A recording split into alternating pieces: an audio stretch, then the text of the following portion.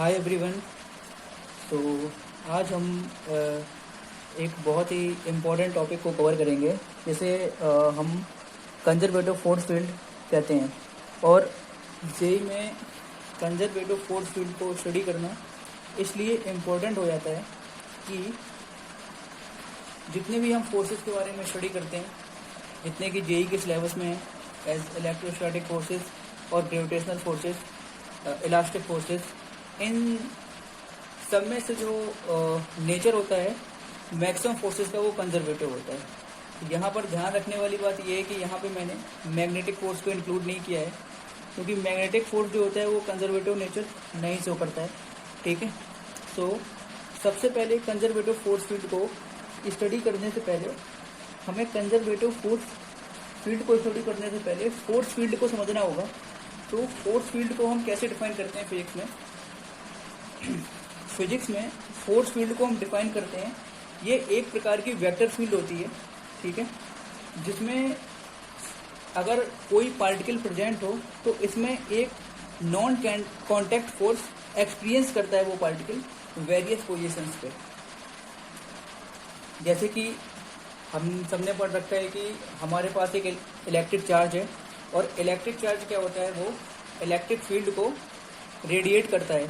ठीक, यहाँ पे प्लस क्यू चार्ज है, और प्लस क्यू चार्ज क्या कर रहा है कि वो इलेक्ट्रिक फील्ड को रेडिएट कर रहा है। ठीक, और कोई अनदर चार्ज को हम इसकी इलेक्ट्रिक फील्ड के अंदर लाते हैं, तो ये एक दूसरे के ऊपर फोर्स लगाते हैं।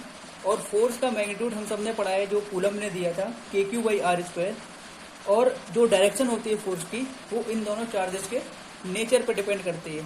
तो आखिर इन दोनों चार्जेस पे जो फोर्स क्यों एक्ट कर रहे हैं? इन चार्जेस पे फोर्स इसलिए एक्ट कर रहे हैं कि जो ये प्लस क्यू चार्ज है वो अपने चारों तरफ एक फील्ड को जनरेट कर रहा है। ठीक, उस फील्ड को हम इलेक्ट्रोस्टैटिक फील्ड बोलते हैं। ठीक है, अब जब दूसरा पार्टिकल इसकी फील्ड के अंदर लाएंगे तो होगा क्या कि ये फोर्स एक्सर्ट करेगा। ठीक है, अब जब ये फोर्स एक्सर्ट करेगा, और इसी इंटरेक्शन को हम नाम देंगे कूलम्बिक इंटरेक्शन। और दूसरा एग्जाम्पल हम लेते हैं कि जैसे कि हमारा अर्थ जो है, ठीक है, जो अर्थ है वो किसी भी बॉडी को अपनी तरफ अट्रैक्ट करता है। तो अट्रैक्शन का मेन रीजन क्या है कि कोई भी जो मास होता है ना, अगर इतना लार्ज मास हो, ठीक है, तो वो क्या करता है, वो सेम अपने आसपास के रीजन में क्या करता है, वो एक ग्रेविटेशनल फील्ड को प्रोड्यूस करता है। ठीक है, और जब उस ग्रेविटेशनल फील्ड में कोई दूसरा मास पार्टिकल को हम लाएंगे, ठीक, तो वो मास पार्टिकल जो होगा एक फोर्स एक्सर्ट करेगा। ठीक है, और इस अट्रैक्शन को हमने नाम दिया ग्रेविटेशनल इंटरेक्शन।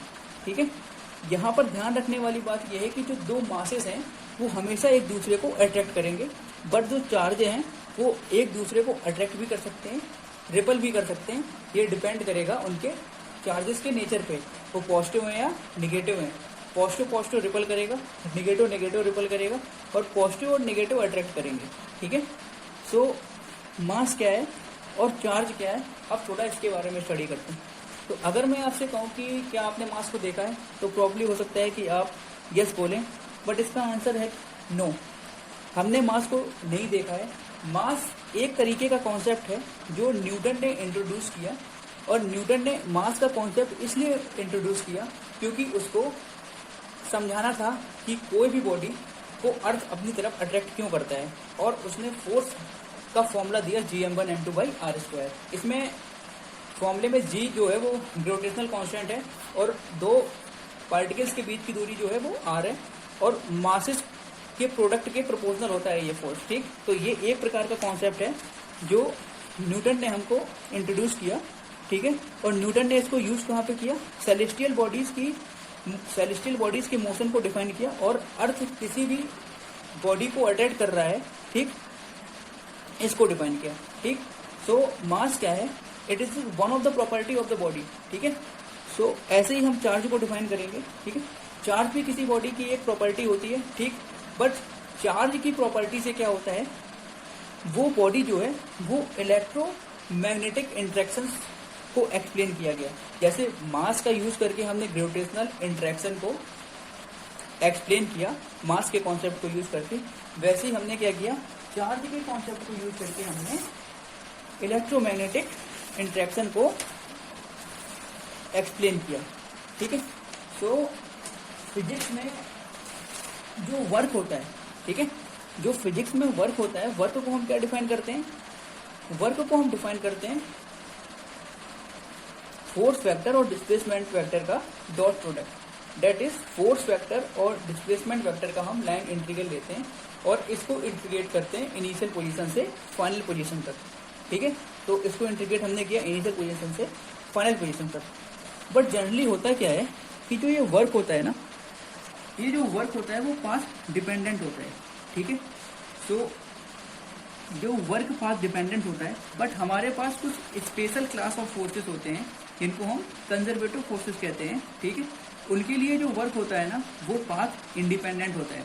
जैसे कि अगर मैं ए पॉइंट से किसी भी बॉडी को बी पॉइंट तक लाऊं और यहाँ से यहाँ तक लाने में मैं किसी भी पाथ को फॉलो कर सकता हूँ। लेट्स से हमने ये पाथ को फॉलो किया, ये पाथ को फॉलो किया। ठीक, सो अगर जो फोर्स है वो वर्क कर रहा है, इस पाथ पे W1 वर्क कर रहा है, यहाँ पे W2 वर्क कर रहा है, यहाँ W3 वर्क कर रहा है, यहाँ W4 वर्क कर रहा है। अगर इस फोर्स का नेचर कंजर्वेटिव नहीं है, ठीक है, तब जो फोर्स वर्क करेगा पार्टिकल को यहाँ से यहाँ पे लाने के लिए, ठीक है, वो चारों पाथ पे अलग अलग होगा, वो चारों पाथ पे डिपेंड करेगा।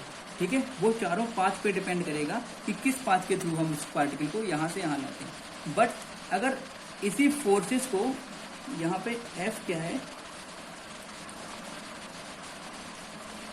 कंजर्वेटिव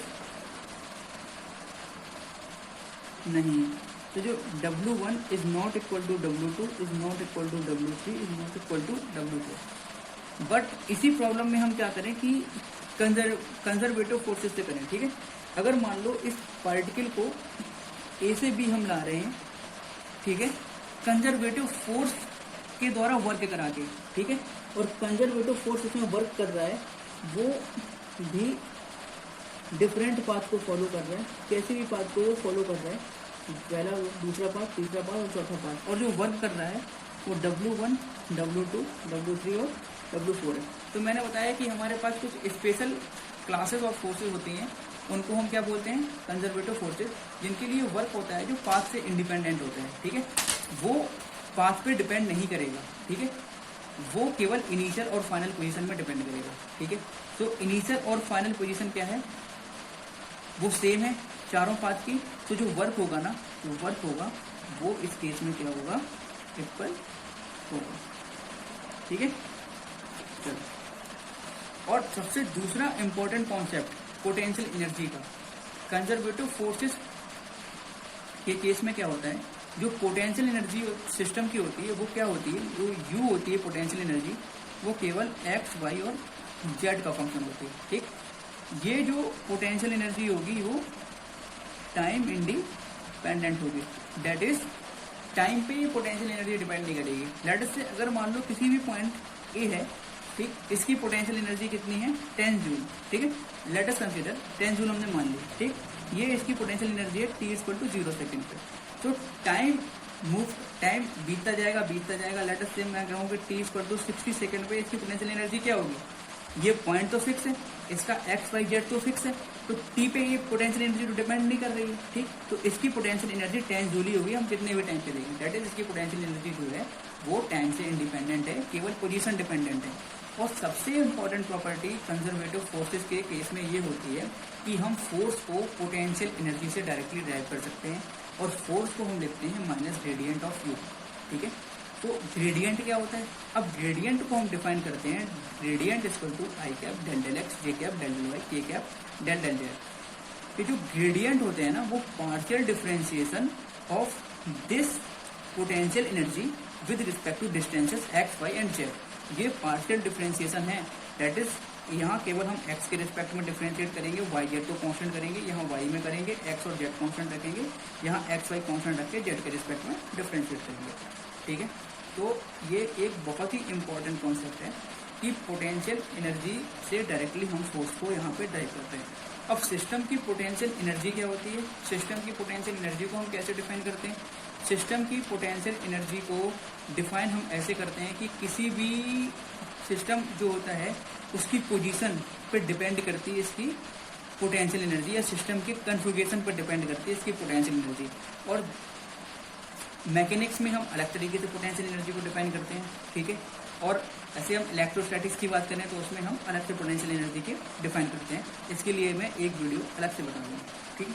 और सबसे important point conservative force field के लिए कि अगर कोई भी फील्ड कंजर्वेटिव नेचर शो कर रहा है, लेट अस से जो हमारा इलेक्ट्रोस्टैटिक फोर्स होती है, ठीक है, जो हमारी इलेक्ट्रिक स्टैटिक फील्ड जो ये होती है ये कंजर्वेटिव होती है, ठीक। तो अगर ये नेचर इसका क्या है, अगर इसका नेचर कंजर्वेटिव है तो इसका जो इस वेक्टर का जो कर्ल होगा वो 0 होगा, ठीक। अब आप कहेंगे कि ये कर्ल क्या है, ठीक। अभी मैं क्या करूँगा, मैं एक वीडियो और बनाऊंगा, उसमें मैं ग्रेडियंट, डाइवर्जेंस और कर्ल को अच्छे से बताऊंगा, ठीक है। It is a vector operator basically. अभी हम इसको थोड़ा सा इसको बस कॉन्सेप्ट पर समझते हैं कि अगर कोई भी कंजर्वेटिव फील्ड होगी, जैसे कि इलेक्ट्रोस्टैटिक फील्ड, अगर उसका नेचर कंजर्वेटिव है तो उसका जो कर्ल होगा वो 0 होगा। कर्ल का मीनिंग क्या है? कर्ल किसी भी वेक्टर के रोटेशन सेंस को डिफाइन करता है, रोटेशन सेंस को, ठीक। किसी भी वेक्टर के रोटेशन सेंस को डिफाइन करता है, ठीक। क्या करता है? किसी भी वेक्टर के रोटेशन सेंस को डिफाइन करता है, ठीक है। अब इसका कर्ल क्या है? ई का 0। इसका मतलब जो ये वेक्टर है इसका जो रोटेशन सेंस है वो क्या है? 0, ठीक है। इसका मतलब जो ये फील्ड है ना वो रोटेशन सेंस उसमें अब्सेंट होगा। दैट इज जो ये फील्ड होगी ना ये डाइवर्जिंग नेचर की होगी, ठीक। डाइवर्जिंग नेचर और कन्वर्जिंग नेचर की हो सकती है, ठीक है। और ये डिपेंड करेगा किस पे? नेचर ऑफ चार्ज पे। ये डिपेंड करेगा नेचर ऑफ चार्ज पे, डाइवर्जिंग नेचर और कन्वर्जिंग नेचर पे, ठीक है। तो और अगर किसी भी वेक्टर फील्ड का कर्ल 0 है तो उस वेक्टर फील्ड को हम किसी भी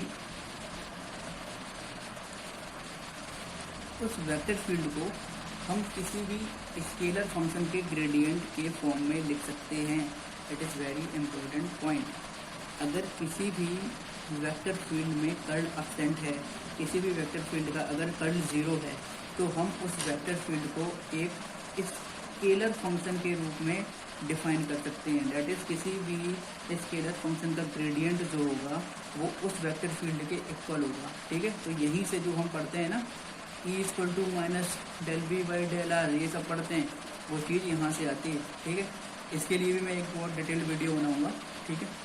तो E = ग्रेडियंट ऑफ V, ये मैंने क्यों लिख दिया? बिकॉज यहाँ पर एक हमारी बहुत ही इम्पोर्टेंट प्रॉपर्टी होती है, curl of a gradient is always 0। That is a 0, ठीक है। अब कर्ल ऑफ अ ग्रेडियंट, ठीक है। अगर यहाँ पे किसी फंक्शन का हम ग्रेडियंट लिख लें ई की जगह तो हमारा क्या है? 0। तो इसमें कोई फर्क पड़ेगा अगर मैं यहाँ पे ग्रेडियंट लिख दूंगा? कोई फर्क नहीं पड़ेगा, इसलिए हमने इसको ग्रेडियंट के रूप में लिख लिया, ठीक है। तो इस प्रॉपर्टी से हमारा ये चीज़ आती है, electric field = -del V/del r, okay. अगर जो V है केवल r डिपेंडेंट फंक्शन है, ठीक है, थीटा पे डिपेंड करेगा तो और एक टर्म आएगा। इसमें मैं एक डिटेल वीडियो बनाऊंगा, उसमें कोई टेंशन वाली बात नहीं है, ठीक है। तो आज के लिए बस इतना ही रखते हैं। Thank you.